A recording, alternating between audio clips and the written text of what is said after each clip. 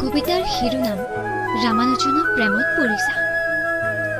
সূৰ্য উঠা দেশখনৰ মহাবাহুৰ মাজৰ পৰা মই অভিলাষা তোমাৰ প্ৰেমিকে কৈছো।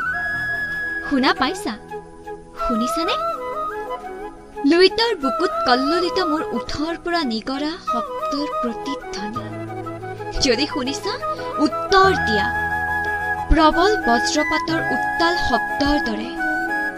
মই তোমাৰ প্ৰেমিক অভিলাষা বৰুৱা। লুইতৰ বুকুৰ মাজেদি বৈ আছে মোৰ প্ৰেমৰ শব্দৰ জাহাজ। বালিৰ টিলাত বহি বালিমাহীৰ লগত বহু কথা পাতি পাৰ কৰিছো তুমি বিহীন বহুতো সংগীবিহীন জীৱনৰ চাতনয়া। তুমিতো এতিয়া বন্দী ৰামানুজনৰ কোনোবা এটা নিতাল পৰা আৱাসিক হোষ্টেলত, আৰু মইতো তোমাৰ বাবে লুইতৰ পাৰত বালিৰ তাজমহল সাজি তোমাৰ বাবে অপেক্ষাৰত।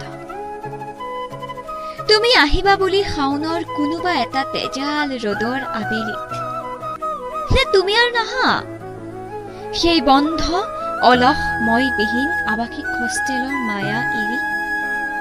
কি ঠিক অভিলাষা, তুমি কি জানি এতিয়া ৰামানুজনৰ প্ৰেমত পৰিছা? শব্দ আৰু সুৰৰ পূজাৰীজনক তোমাৰ কি জানি আমুৱাইছে? আহিবানে উভতি? শুনিছানে? মই তোমাক চিঞৰি আছো সূৰ্য উঠা দেশখনৰ মাজৰ পৰা। মোৰ শব্দৰ প্ৰতিধ্বনি ভাঙি উঠিবনে তোমাৰ মৰমৰ ৰামানুজনৰ আৱাসিক হোষ্টেলৰ বন্ধ কোঠাৰীত?